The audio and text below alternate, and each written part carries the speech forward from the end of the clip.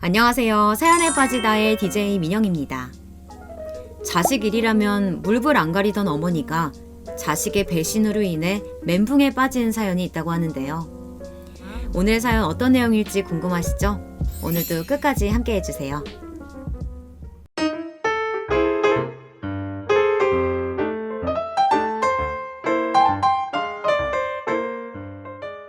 안녕하세요. 인생의 막바지를 향해 달려가고 있는 70대 여자입니다. 저는 몇 년 전까지만 하더라도 인생은 60부터다, 나이는 숫자에 불과하다, 이런 식의 말을 입에 달고 살고 애창곡은 아모르 파티였던 밝고 건강한 할머니였습니다. 저는 나이가 들면 꼭 그렇게 밝은 할머니로 즐겁게 살고 싶었거든요. 저는 지지리도 가난한 집에서 태어났어요. 잘 먹지도 못하는 거는 둘째치고 동생들을 돌보느라 어릴 때부터 잠도 잘 자지도 못하고 컸죠. 그래서 그런지 키도 어지간히도 작았습니다. 그래서 지금까지도 키가 작은 게 그렇게 컴플렉스입니다.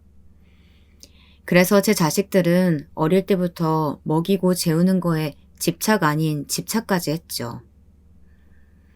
우리 때는 고구마나 감자도 귀해서 하나라도 더 먹으려고 싸움까지 하고 그랬어. 그런데 너희는 밥에 간식에 먹을 게 넘쳐나는데도 어쩜 그렇게 입이 짧니? 요즘은 먹는 게 흔해져서 그런지 제 자식들도 크면서 그렇게 잘 먹지를 않았어요.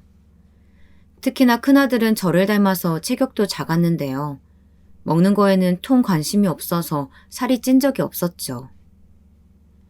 애미야, 너는 하나밖에 없는 우리 귀한 장손 매일 굶기는 거야? 애가 왜 볼 때마다 이렇게 말라?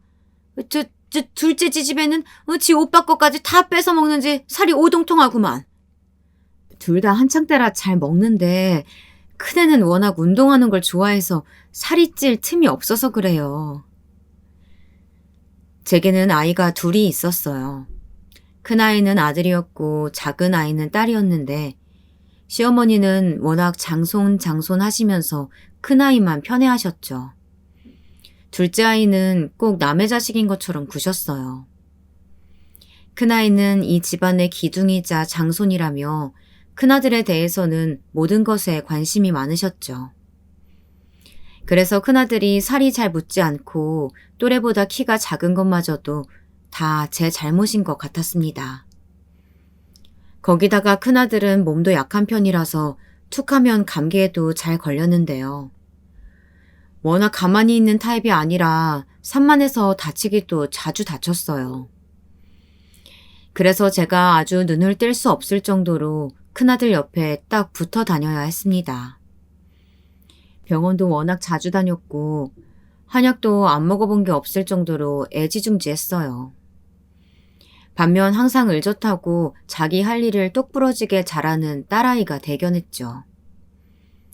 그런데 그건 아마도 제 착각이었나 봅니다. 알아서 잘하는 아이라고 생각했던 게 사실은 딸아이 딴에는 많이 참고 오빠에게 양보한 것이었어요. 그런데 그것도 어릴 때 이야기지 사춘기가 오면서 결국은 터지더라고요. 엄마도 할머니랑 똑같아. 항상 오빠만 챙기고 오빠만 걱정하잖아. 나는 딸이라고 항상 찬밥이고. 그건 오빠가 아들이고 네가 딸이어서 그러는 게 아니라 너도 알잖아. 오빠가 워낙 극성 맞아서 다칠까 봐 엄마가 걱정돼서 그래. 너야 워낙 똑부러지고 의젓하니까 엄마가 믿는 거지. 그놈의 의젓하고 똑부러진다는 말 좀 그만해. 이 나이에 그런 애가 어딨어. 다 그런 척 하는 거지. 엄마는 같은 여자면서 어떻게 그렇게 내 마음을 몰라? 엄마도 어릴 때 여자라고 그렇게 차별을 받고 컸는데 엄마가 네 마음을 왜 모르겠어? 엄마도 다 알아. 그래서 너한테 항상 미안해. 저는 애써 변명을 늘어놓았지만 사실 딸이 서운할 만했습니다. 저도 어릴 때 딸이라고 온갖 서러움을 다 겪고 컸으면서도 시어머니가 무서워서 사실 아들 하며 전전긍긍 했으니까요. 눈치 빠른 딸아이가 그런 걸 모를 리 없었을 텐데 제가 당시에는 사느라 바쁘고 시어머니 시집살이에 힘들어서 딸아이까지 챙기질 못한 것 같아요. 하지만 딸의 그런 서러움을 아래챘을 때는 이미 많이 늦었더군요. 딸아이는 고등학교를 졸업하자마자 기다렸다는 듯 독립을 했어요. 언제 모아뒀는지 혼자 차곡차곡 모은 돈을 가지고 동네 친했던 친구와 함께 일을 구하겠다고 서울로 올라가 버리더군요. 다 큰 여자애가 위험하게 그 먼 서울까지 올라가서 어떻게 혼자 산다고 그래. 괜한 소리 말고 시집 갈 때까지 엄마 옆에 있어. 엄마가 날 언제 걱정했다고 그래? 내가 지금까지 얼마나 이날만을 기다렸는지 알아? 난 무조건 나갈 거니까 나 잡지 마. 할머니 때문에 그래? 할머니도 이제 연세 많이 드셔서 힘 떨어질 만큼 떨어지셨어. 그러니까 네가 조금만 더 이해해줘. 오빠도 대학 가면서 서울로 올라갔는데 너까지 가면 엄마 외로워서 어떻게 살아. 엄마는 그게 문제야. 오빠도 나갔는데 나는 왜 못 나가? 왜? 나더러 이제는 돈까지 벌어서 오빠 학비까지 보태라고? 너 무슨 말을 그렇게 해. 엄마가 언제 너더러 오빠 학비 내달라고 한 적 있어? 그런 거 아니면 나 그냥 놔둬. 나 더는 이 집에서 못 살아. 나 어릴 때부터 할머니한테 매일 쓸모없는 년이라는 소리 들으면서 큰 거 알지? 쓸모없는 년은 이제 나가줄 테니까 나 없이 행복하게 살아. 저는 많이 서운했습니다. 당연히 미안한 마음도 있었고요. 그래서 딸아이 바지가랑이라도 잡고 매달리고 싶었지만 딸아이는 제게 할머니에게 구박받던 자신을 구해주지 않은 제가 더 밉다면서 울부짖더라고요. 그 모습에 저도 더는 말릴 수가 없었습니다. 개집애가 발라당 까져가지고는 어디 학교 졸업하자마자 집을 나가 안 나가기를. 너는 도대체 딸년 교육을 어떻게 시킨 거니? 없는 살림에 고등학교까지 졸업시켜줬으면 시집 가기 전에 취직해서 착실히 돈 벌어다 줘야지. 아유, 어디 저 혼자서 나가 살겠다고. 어머니, 그만 좀 하세요. 둘째도 얼마나 이 집이 답답하고 싫었으면 학교 졸업하자마자 나갔겠어요. 이제 큰애도 대학 갔고 둘째도 나갔으니까 저도 시집 와서 할 도리는 다 했어요. 저도 어머니 시집살이 더는 힘들어서 못하겠네요. 앞으로는 어머니도 제 눈치 보셔야 할 거예요. 당신 미쳤어? 어디서 어머니한테 큰 소리야? 우리 어머니한테 당신 눈치 보고 살라니 말 다 했어? 그래, 나 미쳤다. 하나밖에 없는 딸내미가 집이 싫다고 나갔는데 그럼 내가 정상일 수 있겠니? 어디서 그런 용기가 났는지 모르겠습니다. 막상 저지르고 보니 저는 지금까지 뭐가 무서워서 그때까지 할 말 못하고 끙끙 참고만 살았나 싶더군요.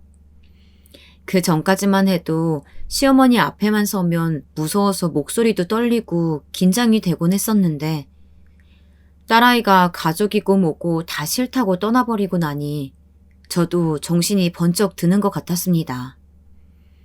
이러다 딸아이가 영영 제품에 돌아오지 않을까 걱정이 됐어요. 그런데 그런 걱정을 할 틈도 없이 아들이 먼저 제품으로 다시 돌아왔습니다. 멀쩡히 다니던 대학까지 휴학하고 말이죠. 저는 도대체 무슨 일인가 싶었어요. 그 잘난 서울 애들도 들어가기 힘들다던 대학을 떡하니 들어가서 동네 잔치를 연 게 엊그제 같은데 갑자기 무슨 일인가 싶었죠. 우리 장손, 지금 당장 입대하는 것도 아닌데 왜 갑자기 휴학을 하겠다는 거야? 우리 새끼 무슨 일 있었어? 딸아이가 서울에 올라갈 때는 걱정 한번 안 하고 당부 한마디 안 건네던 시어머니는 뜬금없이 서울에서 아들이 내려오자 아주 난리를 치시더군요. 그게 사실은 할머니, 아버지, 저 부탁드릴 게 있어요. 저 결혼 좀 시켜주세요. 제 여자친구가 임신했어요. 마른 하늘에 날벼락이라는 말이 딱 맞았습니다. 지금까지 오냐오냐 예쁨만 받으며 커서 그런 것일까요? 아무리 철딱서니가 없다고 해도 기껏 공부하라고 없는 살림에 서울에 월세방까지 얻어줬더니만 거기서 떡하니 여자랑 살림을 차렸냐 보더라고요. 군대도 안 갔다 온 새끼가 뭐? 임신? 너 미쳤어? 엄마 살려줘. 나도 내가 이렇게 한 방에 아빠가 될 줄은 몰랐다니까. 아이고, 어디 감히 우리 장손 머리통에 손을 대? 애미 너 당장 그 몽둥이 안 내려놔? 어머니, 이게 다 어머니 때문이에요. 애를 오냐오냐 하시니까 저런 말도 안 되는 사고나 치고 다니잖아요. 이게 어디 우리 장손이 잘못한 일이냐? 그 여우 같은 기집애가 우리 장손을 홀려서 잡아먹으려고 한 짓이지. 아주 안 봐도 뻔하다. 결혼도 하기 전에 애나 베고. 아무튼 요즘 지집애들은 정신머리가 없다니까. 어머니, 그게 남의 집 귀한 딸 임신시켜놓고 할 말이세요? 저는 정말이지 답답해 미칠 노릇이었습니다. 아들놈도 아들놈이었지만 이런 상황에서도 뱃속의 손주가 아들이어야 한다며 달밤에 물까지 떠놓고 기도를 하고 계신 시어머니를 보고 있자니 속이 터질 노릇이었습니다. 그날 이후 모든 일은 정신없이 진행됐어요. 몸만 컸지 정신은 아직 어린 아들놈이 사고를 쳤으니 저희가 수습을 해야 했습니다. 저와 남편은 아들을 데리고 곧바로 서울로 올라가 임신했다는 여자애를 만났어요. 얼마 뒤 그 애의 부모님도 함께 만났고요. 금방 배가 불러올 테니 급하게 식부터 올리고 학교를 휴학한 아들 며느리는 바로 저희 집으로 들어왔어요. 몇 달 뒤 바로 군대를 가야 하는 아들 녀석 때문에 제가 졸지에 임신한 며느리 시중을 들게 생긴 것이었죠. 그런데 아들 녀석이 제 생각과는 다른 이야기를 하더라고요. 어머니도 아시잖아요. 힘들게 들어간 대학인데 지금 와서 그만둔다는 건 너무 아까운 짓인 것 같아요. 저 때문에 임신도 했는데 공부도 포기하라는 건 너무 미안해서 안 되겠어요. 그래서 뭘 어떡하겠다는 건데. 너 군대 간 사이에 며느리 대학에 보내놓고 나더러 애 키워달라는 거냐? 저는 군대 제대하고 대학 졸업까지 하려면 3년이 넘어요. 그런데 애 엄마는 이제 딱 1년 남았고요. 애 엄마가 졸업하고 취직할 때까지만 엄마가 좀 키워주세요. 제발요. 자식 이기는 부모가 어디 있겠습니까? 아무리 멋모를 때 사고를 쳤다고 해도 아들도 처자식 남겨놓고 군대에 입대하면서 어린 아내한테 시댁에서 시할머니, 시어머니까지 모시면서 남편도 없이 갓난아기 키우라고 하기에는 마음이 쓰였겠죠. 그리고 아들 말대로 힘들게 들어간 대학인데 몇 년 남기지 않고 그만두는 것도 며느리에게는 당연히 쉬운 일은 아니었고요. 저는 고민이 많았지만 우선 아들의 말대로 해주기로 했어요. 저와 남편이 떡하니 생활비를 대줄 수 있는 것도 아닌데 앞으로 아이 키우며 셋이 살려면 둘 중 누구라도 하나 취직이라도 해야 먹고는 살 테니까요. 그런데 인생이라는 게 참 한 치 앞도 가늠할 수가 없더군요. 멀쩡하던 남편이랑 시어머니가 함께 장을 보러 가셨다가 하루아침에 교통사고로 두 분 다 떠나버렸어요. 매일같이 지지고 볶고 서로한테 상처 주는 말도 많이 하며 지낸 30년이었지만 그래도 제게 가족이라고는 남편과 시어머니 뿐이었습니다. 시어머니도 제 아이들 키울 때는 그렇게 차별을 하시더니 막상 증소년은 이쁘신지 그날 아침까지도 아기 볼에 뽀뽀를 해주시고 나가셨거든요. 셋이 함께 손녀를 키우며 산책도 나가고 음식도 같이 만들어 먹으면서 서로 위하며 지낸 지 얼마 되지도 않았는데 이렇게 허망하게 가버리실 줄은 몰랐네요. 남편과 시어머니가 죽어버렸다는 슬픔도 잠시 저는 앞으로의 삶이 막막하기만 했습니다. 물론 시어머니 앞으로 되어 있던 집이며 땅을 제가 다 물려받기는 했지만 그나마 그거라도 손에 쥐고 있어야 나중에 자식들한테 물려줄 거라도 있지 않을까 싶어서 도저히 팔지는 못하겠더라고요. 그래봐야 손녀 하나 먹여 살리기만 하면 되는데 할미가 돼서 그거 하나 못하겠나 싶었습니다. 거기다가 자식들도 공부하랴 일하랴 다들 살기 퍽퍽할 텐데 육신 멀쩡한 제가 짐이 될 수는 없었어요. 아이들 먹고 살만해질 때까지는 제가 손녀를 책임지기로 했으니 그 약속을 꼭 지켜야 했습니다. 엄마, 할머니랑 아버지도 없이 엄마 혼자 미나를 어떻게 키워? 지금 당장 그냥 서울로 올라와. 서울에 집 하나 얻어서 오빠 제대하면 같이 살면 되잖아. 이 집을 왜 팔아? 이 집은 나중에 너희한테 다 물려줄 거야. 엄마 잘할 수 있어. 걱정하지 마. 아들 며느리는 지금 당장 저들의 상황이 안 좋으니 제게 뭐라 말은 못했지만 딸은 제 걱정만 했어요. 하지만 저는 정말 괜찮았습니다. 저는 장례 치르고 바로 손녀를 등에 업고 부지런히 동네를 다니며 장사할 만한 자리를 알아보고 다녔습니다. 손녀를 데리고 장사를 해야 했으니 작은 방도 하나 있고 손님도 몇 테이블 받을 수 있는 곳으로 알아보고 다녔죠. 그러다 떠오른 게 족발이었습니다. 저희 시어머니가 젊을 때 족발 장사를 하시면서 자식들을 키우셨거든요. 그때 번 돈으로 집이며 땅도 사신 거였고요. 그래서 저는 시집 오자마자 족발 삶는 거부터 배웠었어요. 동네에서 잔치가 열리거나 좋은 일이 있으면 시어머니는 집에서 족발을 삶아 나눠 먹곤 했었거든요. 족발이야 다른 거 없이 하루에 한 번 삶기만 해서 팔면 되니 손녀랑 같이 지내며 잘할 수 있을 것 같았습니다. 그런데 이게 웬일일까요? 시어머니의 비법이 딱 먹혔습니다. 제가 삶아서 판 족발이 꽤 소문이 나서 1, 2년 사이 제가 장사하던 시장까지 유명해질 정도였어요. 나중에는 직원들까지 거느리며 큰 식당으로 이사도 갔어요.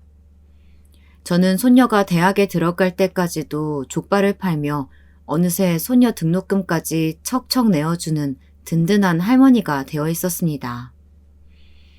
그런데 시간이 참 빠르더군요. 남편 죽고 혼자 되고 나서 정신없이 먹고 살다 보니 어느새 자식들도 나이가 지긋해지고 손녀도 불쑥 커져 있었습니다. 저는 얼굴에 주름이 자글자글한 할머니가 되어 있었죠.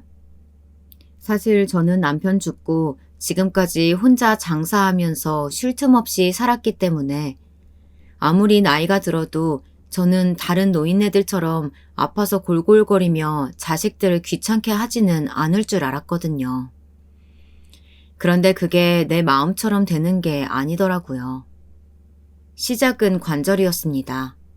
오래 서서 일해 그런지 언젠가부터 손끝이 저릿저릿거리고 무릎이 아파서 걷기도 힘들더라고요.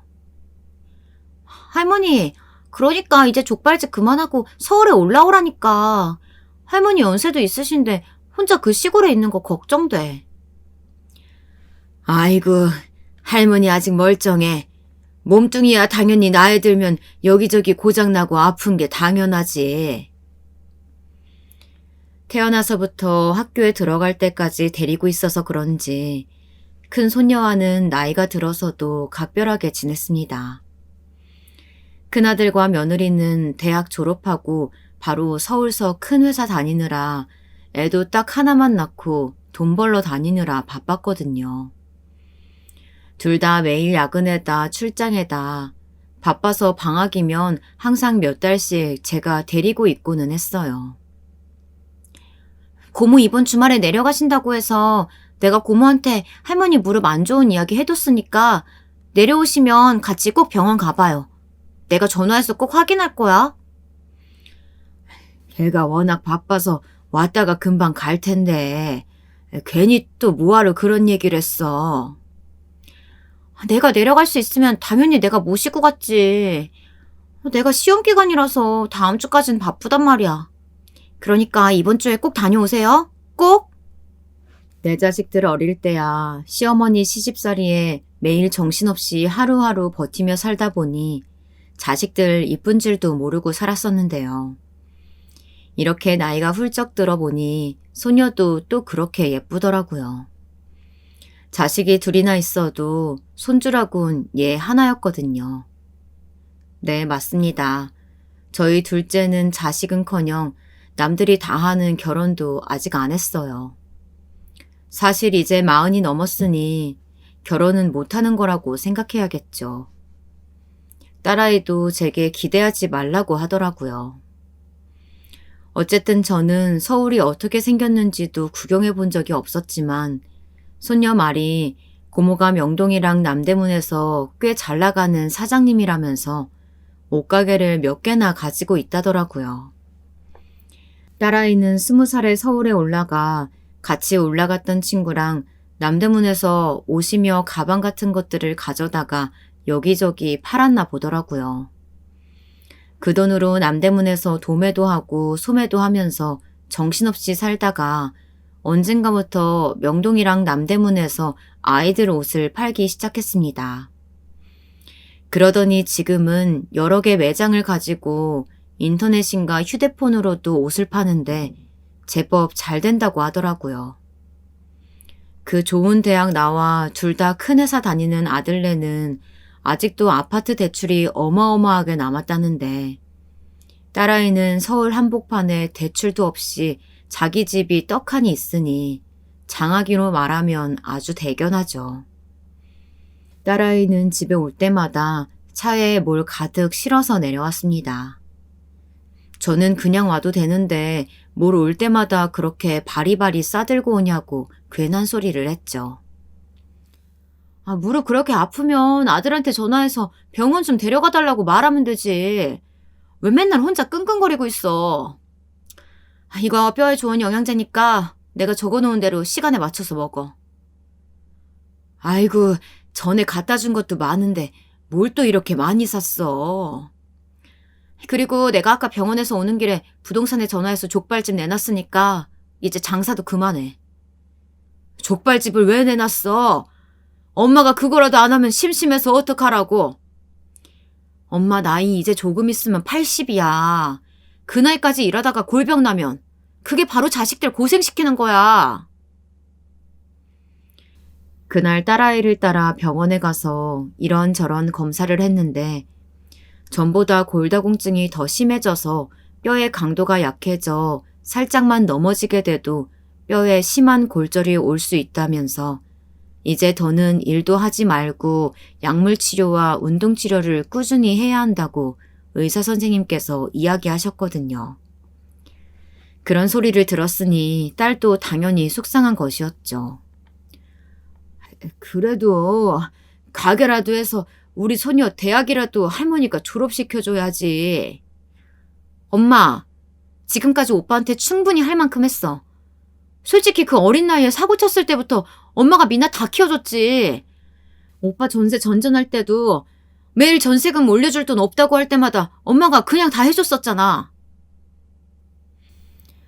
왜 또 이 얘기가 안 나오나 했습니다. 딸아이는 속상할 때마다 아들 이야기를 꺼냈어요. 사실 아들이라고 서울에서 처자식 건사하기가 어디 쉬웠겠어요. 아무리 맞벌이라고 해도 요즘 애 교육비에 생활비 얼마나 많이 들어요.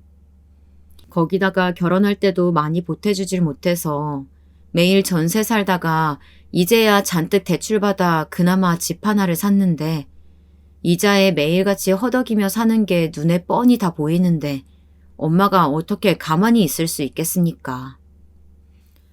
엄마, 아들 왔어요. 그때였습니다. 연락도 없이 아들이 집에 왔더라고요. 아니, 이게 누구야? 우리 큰아들이 웬일이야? 아까 병원에서 나와서 내가 걱정돼서 오빠한테 연락했어. 주말인데 오빠도 좀 내려와서 엄마한테 신경 쓰라고. 아이고, 다들 바쁠 텐데 엄마가 벌써부터 이렇게 너희들 힘들게 해서 어쩐다니? 엄마도 이제 힘드셔서 족발집 못해. 그러니 오빠가 말 좀 해. 그만두시라고. 딸아이는 아무래도 제가 족발집을 안 그만두겠다고 고집 피울 줄 알았는지 어느새 아들을 불렀더라고요. 저는 족발집이든 건강이든 그런 거보다는 오랜만에 자식들과 셋이 모이니 기분이 좋아서 맛있는 거라도 좀 해서 먹여 서울로 올려보내야겠다 싶었습니다. 그래서 주방으로 들어가 헐레벌떡 음식부터 했습니다. 그런데 이게 웬걸 상황이 갑자기 이상해지더니 아들과 딸이 언성을 높이며 싸우더라고요. 저는 시끄러운 소리에 놀라서 재빨리 주방에서 나왔어요. 오빠, 그게 지금 말이라고 하는 거야? 오빠 힘들 때 다 엄마한테 도와달라고 손 벌리더니 정작 엄마가 나이 들어 아프니까 뭐 나 몰라라 하는 거야? 나 몰라라는 무슨. 지금 상황에서 어차피 서울에 올라오셔도 우리도 집에 매일 없는데 엄마 혼자 적적하시다 이거지. 딸아이가 제가 없는 사이 아들에게 저를 서울로 모시고 올라가라고 했나 보더라고요. 여기는 병원도 멀어서 혼자 약을 타러 가기도 힘들고 운동 치료하러 다니기도 힘드니 여기보단 서울이 낫지 않겠냐면서요. 하지만 아들은 아직 크게 아픈 곳 없이 건강하시고 서울에 올라와도 돌봐줄 사람이 없는데 뭐하러 올라오시냐. 여기 계셔도 우리가 주말마다 왔다 갔다 하면 된다. 이랬나 보더라고요. 엄마 괜찮아.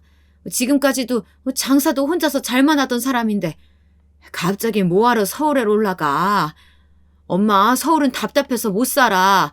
여기가 좋아. 그래, 네가 몰라서 그렇지.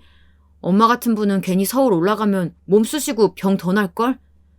지금처럼 내가 알아서 할 테니까 너는 신경 쓰지 마. 와, 지금까지 오빠가 알아서 하긴 뭘 했다고 신경을 쓰지 말래? 매일 주말마다 나 아니면 미나가 와서 엄마 병원 모시고 갔는데. 그리고 올케도 애 어릴 때는 애 맡겨야 하니까 주구장창 드나들더니만 애 크니까 아예 얼굴 보기가 어렵네. 여기서 네 올케 얘기가 왜 나와? 네가 시집을 안 가서 뭘 모르나 본데 네 올케 정도면 우리 집에 잘하는 거야. 됐어. 엄마가 괜찮다는데 오랜만에 만나서 왜 싸우고들 그래. 너 아무리 이제 다 나이 먹었다고 해도 그래도 어디 오빠한테 바락바락 대들어. 그럼 그렇지. 엄마야 원래 항상 오빠가 먼저지. 알았어. 앞으로 나는 빠져 있을 테니까 잘난 아들이랑 며느리가 알아서 하세요. 나 갈 거니까 엄마도 족발집을 하든지 말든지 알아서 해. 제가 원하던 노후는 간단했습니다. 자식들 다들 각자 가정을 가지고 행복하게 살면 저는 혼자 이 집에서 마음 편하게 살다가 죽을 때가 되면 조용히 떠나는 것이었습니다. 그런데 그마저도 왜 이리 쉽지 않을까요? 딸아이의 눈엔 아직도 제가 옛날처럼 할머니의 앞에서 눈치나 보고 아들이라면 쩔쩔매는 답답한 엄마처럼 보였나 봅니다. 저는 정말이지 아들, 딸 둘 다 너무 사랑했습니다. 아직도 매일 아침에 눈을 뜨면 내 새끼들이 어디 아프지는 않을까, 먹고 사느라 지쳐서 밥대나 놓치는 건 아닐까, 이런 걱정만 하다가 하루가 다 가곤 했죠. 하나는 마음이 너무 여리고 약해서 걱정이었고, 하나는 너무 단단해서 부러질까 걱정이었습니다. 그마저도 제가 잘못 키워서 그런 것 같아서 미안한 마음이 이 나이 먹고도 가시질 않았습니다. 그런데 제 아들놈은 그런 제 마음을 아는지 모르는지 또 철딱서니 없이 사고를 치고 다녔더군요. 엄마, 족발집 그거 보증금이 얼마나 되지? 가게 보증금? 그게 뭐 얼마나 되겠어. 아마 1,000,000원이나 될까? 왜?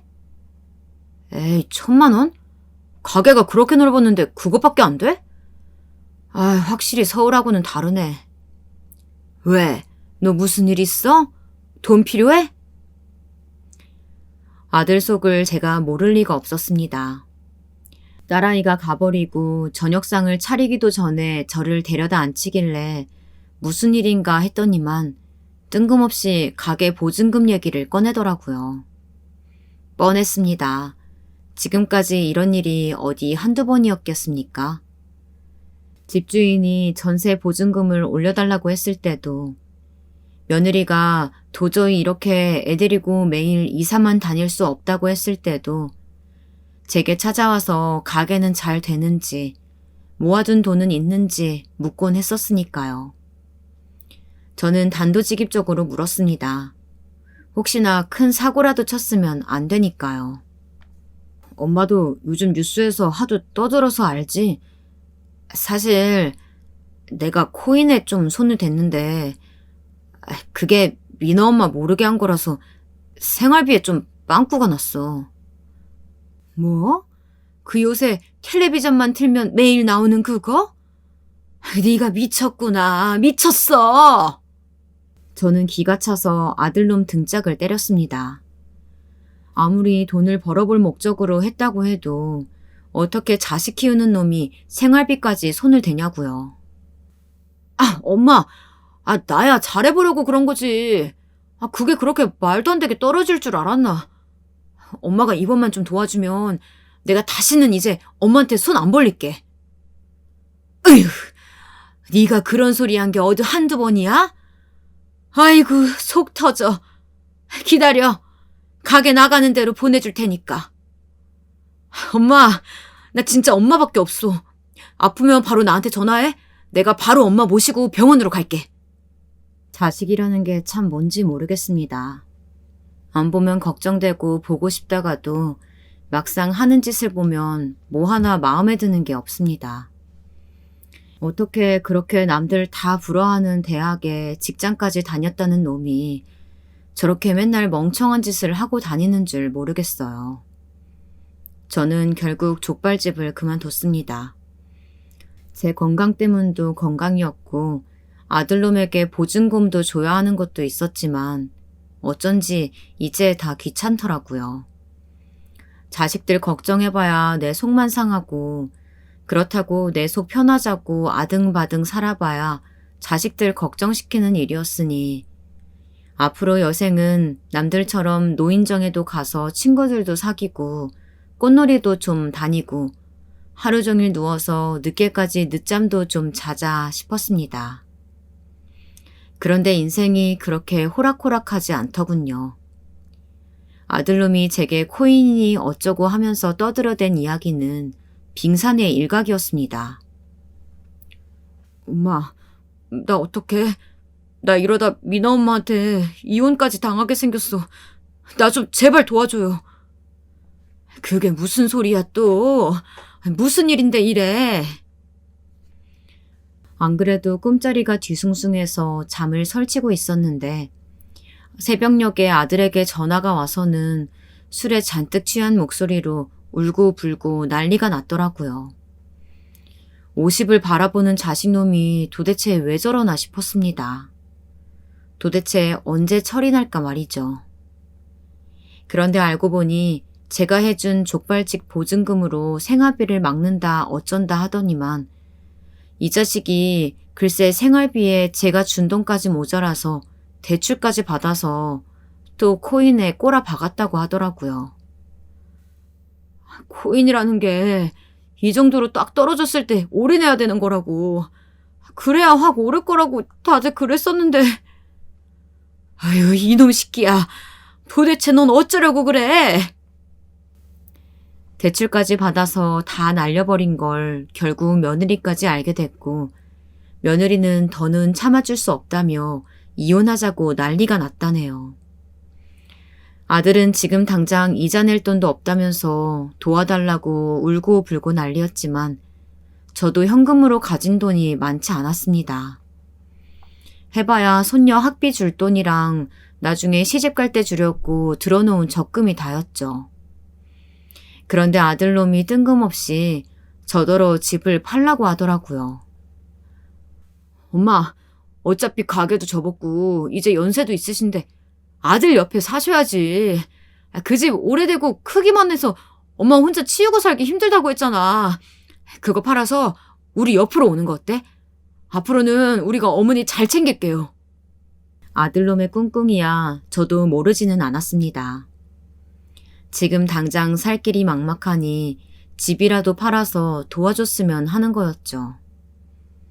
제 아들이니 누구보다 제가 잘 알았습니다. 이놈이 철딱서니는 없어도 아주 막대먹은 놈은 아닙니다. 저도 어느새 70이 넘었고 아들놈도 얼마 안 있으면 50인데 언제까지 직장 생활을 하겠어요. 지금 사는 집이야 당연히 아들이든 딸이든 자식들에게 나눠주려고 했으니 사실 어려운 일도 아니었습니다.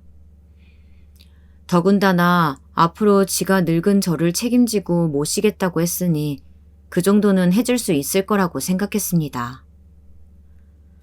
아유, 못 살아. 오빠는 도대체 그 머리로 그 좋은 대학을 어떻게 들어간 거야? 돈이 없으면 하질 말아야지. 대출까지 받아서 코인을 사는 인간이 어딨냐? 그러니까 말이다. 내가 네 옳게 볼 낯이 없다 정말. 혹여나 지금 사는 집을 팔아서 지 오빠한테 다 준다고 난리를 치면 어쩌나 했는데 딸아이는 다행히도 제 집인데 제가 알아서 하라고 하더라고요. 사실 자기는 집도 있고 가게도 있는 데다가 나중에 물려줄 자식도 없으니 걱정 말라더라고요. 정말이지 제 딸이지만 대견스럽다 못해 존경스러웠습니다. 어디서 저렇게 똑똑한 애가 나왔나 싶더라고요. 근데 엄마, 집 한 돈 절대 몽땅 다 오빠 주지 마. 나 안 줘도 되니까 절반만 오빠 주고 나머지는 엄마가 꼭 가지고 있어. 엄마가 돈 쓸 데가 어딨어. 죽으면 가지고 갈 것도 아닌데. 오빠 하는 집 봐. 돈 주면 주는 대로 맨날 날려먹잖아. 그러니까 나중에 엄마 생각해서 비밀로 하고 꼭 쥐고 있으라고. 알았지? 그때까지만 해도 말은 하지 않았지만 우리 딸아이는 어쩜 저렇게 가족도 못 믿을까 싶었습니다. 저렇게 독해서 여자 혼자 몸으로 성공했나 싶기도 했죠. 그런데 제 딸아이가 성견지명이 있었습니다. 딸이 시키는 대로 하길 잘했더군요. 저는 집을 팔고 서울로 바로 올라왔습니다. 그런데 서울 집값이 말도 안 되더군요.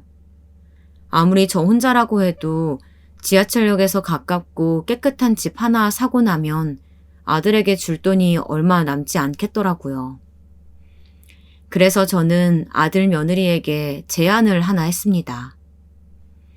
살던 집을 판 돈과 가지고 있던 현금까지 다 해서 10억을 증여해 줄 테니 같이 살자고 했습니다. 아무리 딸아이가 거절하기는 했어도 그래도 딸에게는 한 푼도 주지 않고 모두 다 아들에게 주는데 이 정도는 요구할 수 있다고 생각했습니다. 그런데 며느리도 웃긴 게 제가 처음 서울에 올라오기로 했을 때는 썩 반기는 것 같지 않더라고요. 갑자기 서울에 왜 올라오냐는 식이었죠. 그런데 제가 가진 현금 10억을 모두 다 증여해 주겠다고 했더니 금세 말이 바뀌면서 그럼 자기가 모시겠다고 하더라고요. 자식이라도 역시 돈 앞에서는 장사 없나 봅니다. 그런데 이게 생각보다 쉽지 않더라고요. 멀리 떨어져 살면서 가끔 명절이나 한 번씩 보던 며느리와 매일같이 부딪히며 살다 보니 불편한 게 한두 가지가 아니었습니다. 어머니, 베란다에 고추 말리면 안 된다고 말씀드렸잖아요. 빨리 널어놨는데 옷에 매운 냄새가 아주 진동해요. 이거 오늘 입어야 되는데 미치겠네 정말. 아이고, 왜 애미 너도 알지? 우리 옆집 살던 할머니. 그 친구가 고추를 보내줬는데 이게 가루내기 전에 말리면 훨씬 맛있어서 오늘 마침 햇빛이 너무 좋잖아. 잠깐 내놓는다는 게 내가 깜빡했네. 고춧가루 얼마나 한다고 그걸 굳이 방앗간에 가서 빻아서 먹어요. 그리고 집에서 먹을 사람도 없는데 괜히 그런 거 안 하셔도 돼요. 냄새. 할머니, 엄마가 또 뭐라고 했어? 엄마는 할머니 고생할까 봐 그러는 거야. 알지? 그러니까 할머니도 집에만 계시지 말고 이 동네 노인정도 다니고 주말엔 나랑 놀러도 다니자. 서울살이는 생각보다 쉽지 않았습니다. 매일 넓은 마당을 돌아다니고 작게 농사도 짓던 사람이 하루 종일 꽉 막힌 아파트 안에 갇혀 있으려니 답답하더군요. 사실 10억이야 10억이고 며느리 입장에야 직장 다니는 것도 힘든데 매일 사고치는 남편도 모자라서 나이 든 시어머니까지 모시고 사는 게 쉬울 리 없었습니다. 누구보다 제가 그 마음을 가장 잘 아니까요. 그래서 제게 이런저런 싫은 소리를 해도 저는 그러려니 했어요. 그런데 서울살이도 어느 정도 익숙해져 갈 때쯤이었습니다. 역시나 과부년 팔자가 어디 그렇게 호락호락 하던가요. 하늘도 참 무심하시지. 제가 무슨 잘못을 그렇게 크게 했다고 제게 벌을 내리시는 것 같더군요. 특별히 하는 일도 없이 집에서 놀기만 하는데도 무릎이 더 안 좋아지는 것 같더라고요. 그리고 무릎뿐만이 아니라 뼈 마디마디가 매일 참기 힘들 정도로 아팠어요. 그리고 언젠가부터는 눈에 띄게 무릎이 부은 것처럼 보이더라고요. 그래서 손녀에게 말했더니 아무래도 병원에 가봐야겠다고 하더라고요. 그래서 함께 병원에 가서 엑스레이를 찍었는데 의사가 아무래도 MRI도 찍어야겠다고 하더라고요. 심상치 않은 의사의 얼굴에 저도 걱정이 됐습니다. 그런데 의사가 믿을 수 없는 이야기를 했습니다. 제가 암이라네요. 이름도 생전 처음 들어보는 고륙종 암이었어요. 원인도 명확하지 않은 암이라는데 일종의 뼈암이라고 불리는 병이더라고요. 고륙종암이 전이가 되면 굉장히 위험한 암이라 바로 수술해야 한다고 하네요. 그날 손녀의 전화에 딸아이가 불이 나게 아들 집으로 찾아왔습니다. 잘 모신다고 놓친애 집까지 뺏어서 갈 땐 언제고 엄마 몸에 암덩어리가 생기는 것도 몰랐어? 아가씨는 무슨 말을 그렇게 해요? 자꾸 그놈의 재산 이야기하는데 아무리 돈이 좋아도 그깟 10억 받고 집에서 시어머니 모시고 사는 게 쉬운 일인 줄 알아요? 거기다가 이제 병까지 생기셔서 병치레까지 하게 생겼잖아요. 그런데 지금 오빠 탓할 때예요? 그깟 10억이요? 언니랑 오빠가 지금까지 우리 엄마한테 뜯어간 돈이 얼만데 그깟이라는 말이 나와요? 아가씨, 시집도 안 간 노처녀가 도대체 뭘 안다고 지금 나한테 신우흉내 내는 거예요? 뭐? 노처녀? 지금 말 다 했어요? 엄마도 고모도 그만해. 이제 와서 누구 잘못인지 자잘못을 따져서 뭐해. 하루라도 빨리 할머니 수술하셔야 한다고 하니까 얼른 항암 치료부터 시작해야지. 자식들이 서로를 탓하며 큰 소리 내는데도 저는 방에서 꼼짝하지 않았습니다. 제게 이런 일이 생길 거라고는 꿈에도 몰랐기 때문에 저도 너무 혼란스러웠거든요. 사실 자식이든 손녀든 누구에게도 말한 적은 없었지만 사실 저는 나이가 든 지금이 좋았습니다. 젊은 날에는 부모 형제들 눈치 보며 살다가 시집 와서는 시어머니 남편 등살에 마음 편히 다리 한번 쭉 펴고 잔 적도 없었기 때문에 이제야 좀 다 내려놓고 편하게 살 수 있겠다 싶었거든요. 그런데 도무지 이 일이 무슨 일인지 모르겠습니다. 지금까지 그렇게 고생하고 살았는데 이제는 죽을 때까지 평생 병원 신세에 자식들 눈치 보며 살아야 한다니 너무 억울했습니다. 눈에 넣어도 아프지 않을 손녀가 결혼도 하고 아기도 낳는 모습도 보고 싶었는데 마음이 너무 아팠어요. 그런데 그럴 정신도 없이 하루라도 빨리 항암 치료를 해야 한다고 해서 저는 병원에 입원했습니다. 다행히 아직 다른 쪽으로 전이가 되지 않아서 치료만 잘 받으면 좋아질 수 있다고 하더라고요. 그런데 어디 김병에 효자가 있나요? 항암, 수술, 또 검사, 그리고 또 항암.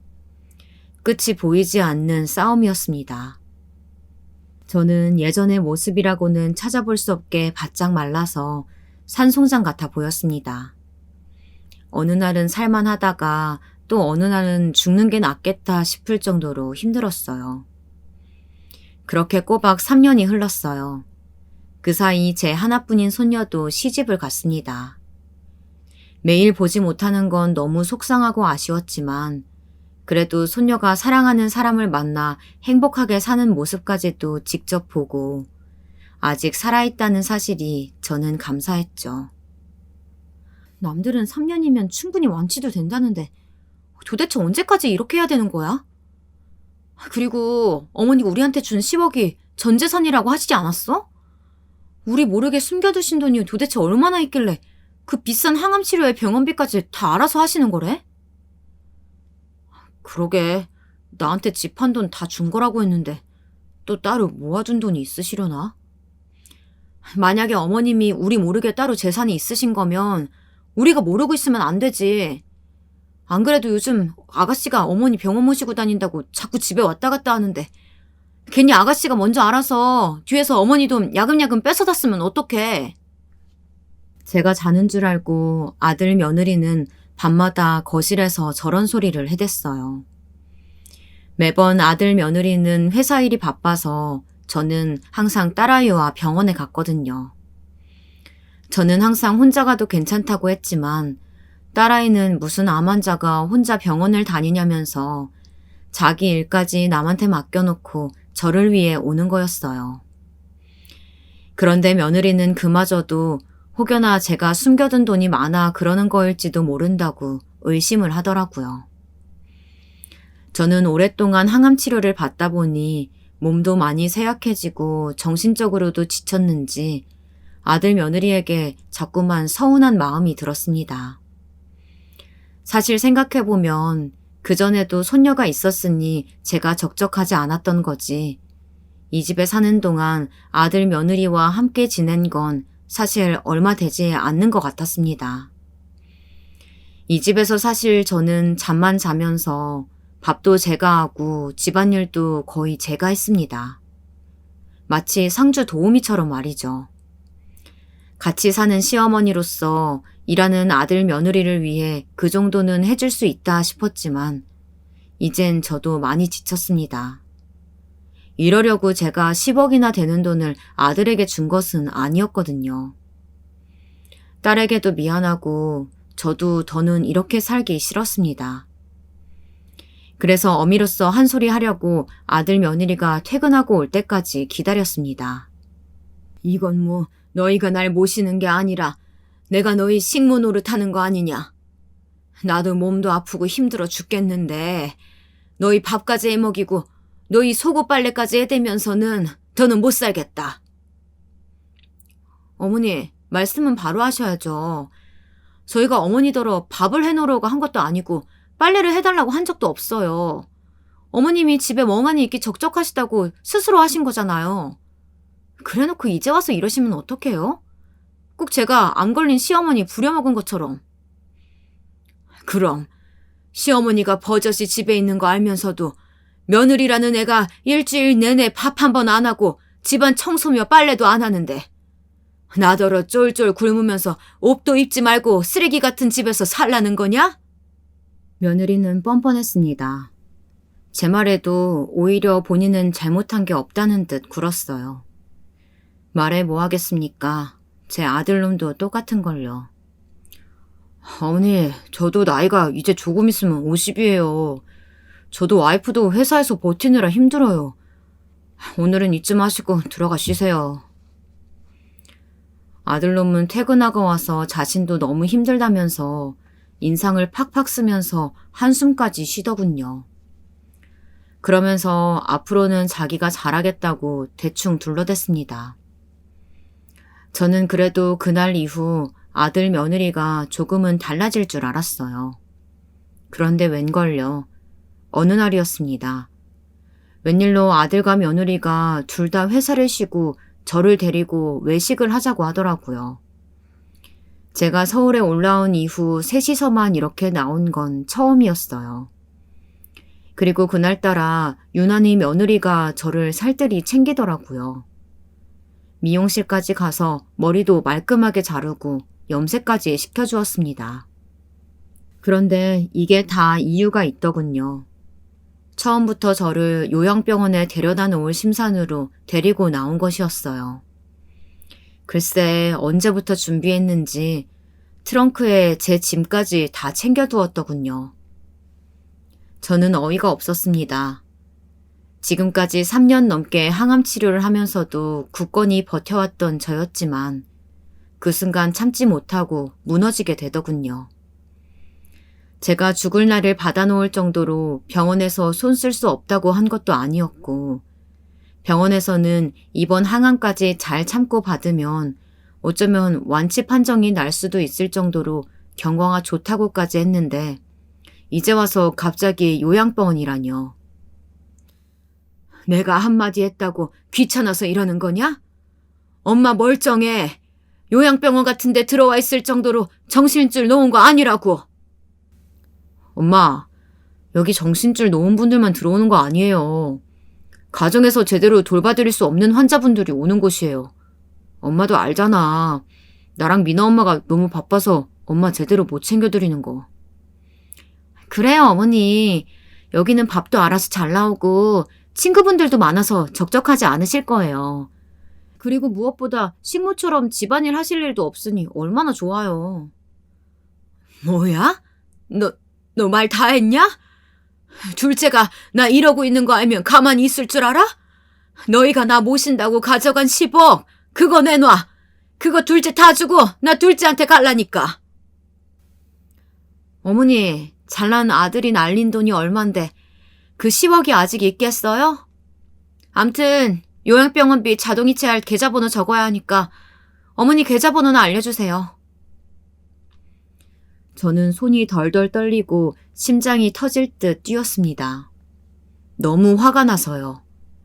며느리는 제가 요양병원에 들어가는 게 그렇게 좋은지 실실 웃고 있고 아들놈은 멍청하게 뒷짐지고 서서 저를 외면하고 있더군요. 저는 제가 제 발등을 찍었구나 싶었습니다.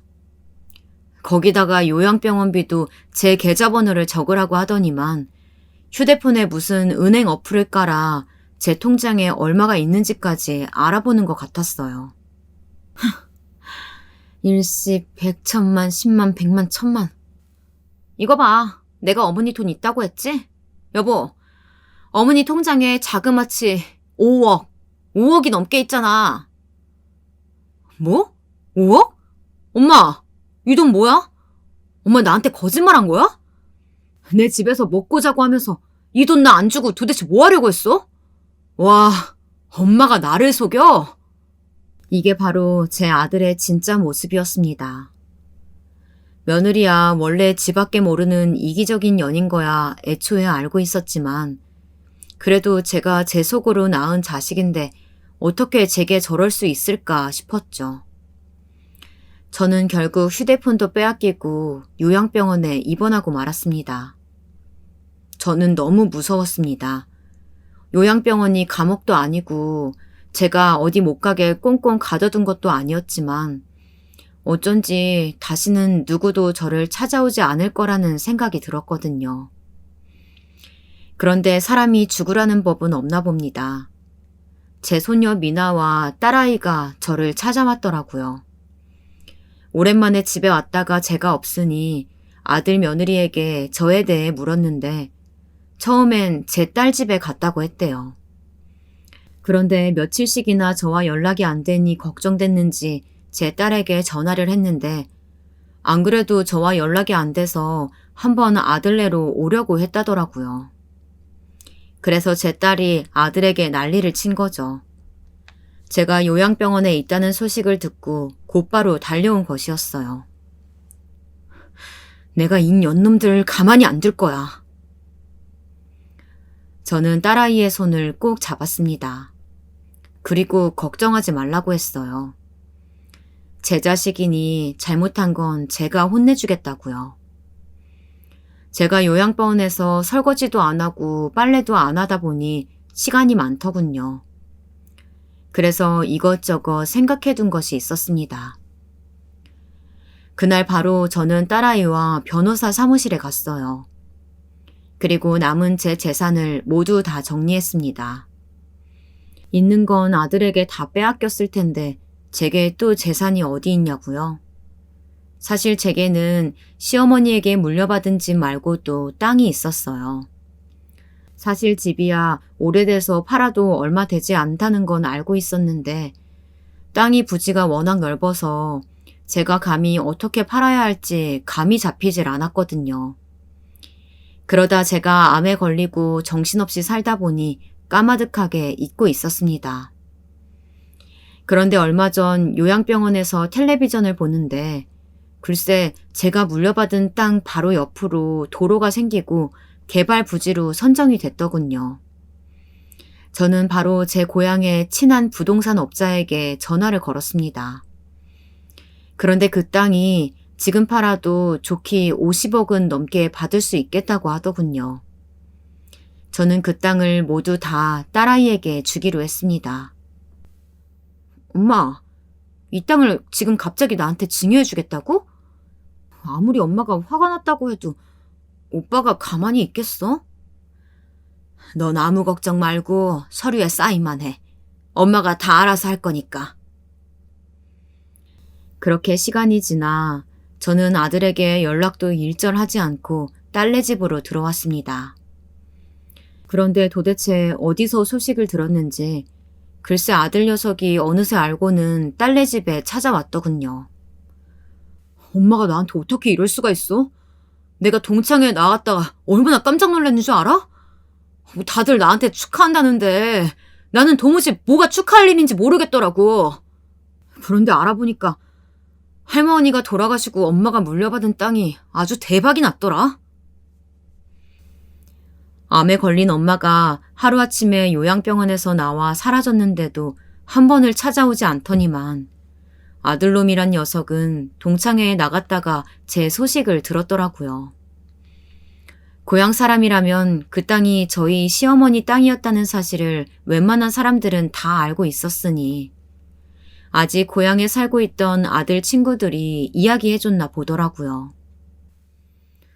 너는 내가 가진 현금 10억에다가 내가 주겠다고 한 적도 없는 5억, 어미 몰래 다 가져갔잖아. 그래서 더는 내 딸한테 주고 싶어도 줄 돈 없으니 딸한테는 땅이라도 재산 물려주겠단 건데 뭐가 문제니? 엄마, 지금 그게 말이 돼? 엄연히 그 땅 처음부터 할머니 거였잖아. 할머니가 살아계셨으면 그 땅을 딸한테 줬겠어? 당연히 장손이 나한테 주셨겠지. 그래? 그러면 오빠가 지금이라도 할머니 찾아가서 다시 다 달라고 하지 그래?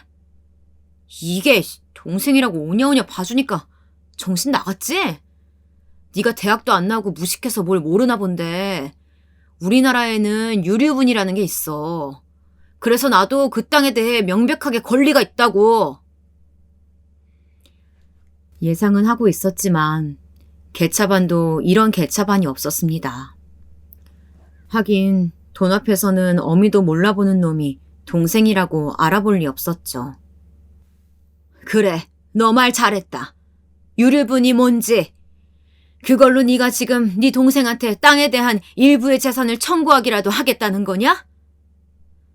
네, 장남인 내가 고작 15억 받았는데 제가 현 시세만 해도 50억인 땅을 혼자 꿀꺽한다는 게 말이 돼요? 그래서 그 50억 때문에 지금 이 자리에서 네 어미 죽이기라도 하겠다는 거냐? 네? 뜬금없이 무슨 소리예요? 제가 어머니를 죽이긴 왜 죽여요? 내가 죽어야 내 재산이 유산이 돼서 너희들이 유류분이니 뭐니 해서 내 재산을 나눠받을 수 있는 거 아니냐? 근데 내가 아직 살아있어서 내 마음대로 증여세까지 다 내고 딸한테 준 재산을 네가 무슨 수로 받을 건데? 아, 그리고 참고로 말하자면 내가 얼마 전에 암 완치 판정을 받았다. 그래서 아마 앞으로 10년은 내가 거뜬하게 살아있을 거다. 불만 있으면 소송해. 얼마든지 재판장에 나가줄 테니까. 아들놈은 하나만 알고 둘을 알지는 못했습니다. 그리고 워낙 욕심이 많은 놈이니 땅을 딸에게 준 사실을 알자마자 제게 찾아올 줄 알고 있었어요. 그 이후엔 어떻게 됐냐고요? 아들놈과 며느리는 매일같이 저를 찾아왔습니다. 지금까지 자신들이 저지른 잘못을 용서해달라고 싹싹 빌기도 하고 애원도 하더라고요. 아들놈은 얼마 안 있으면 퇴직을 해야 한다면서 앞으로 어떻게 먹고 살아야 할지 막막하다 하더군요. 저는 철저하게 모르는 척 했습니다. 그래도 내가 준 돈으로 대출이라도 갚았으니 서울에 집 한 채 있으니 얼마나 다행이냐. 힘들면 그 집 팔아서 족발 장사라도 해라. 내가 너희 할머니 때부터 내려오던 비법은 알려줄 테니. 그리고 저는 딸아이에게 당장 땅부터 팔라고 했습니다. 그리고 그 돈으로 건물을 사라고 했죠. 앞으로 땅값이 더 오를 수도 있고 세금도 무지하게 내야 했지만 상관없었어요. 아들놈에게 주는 것보다는 조금도 아깝지 않았으니까요.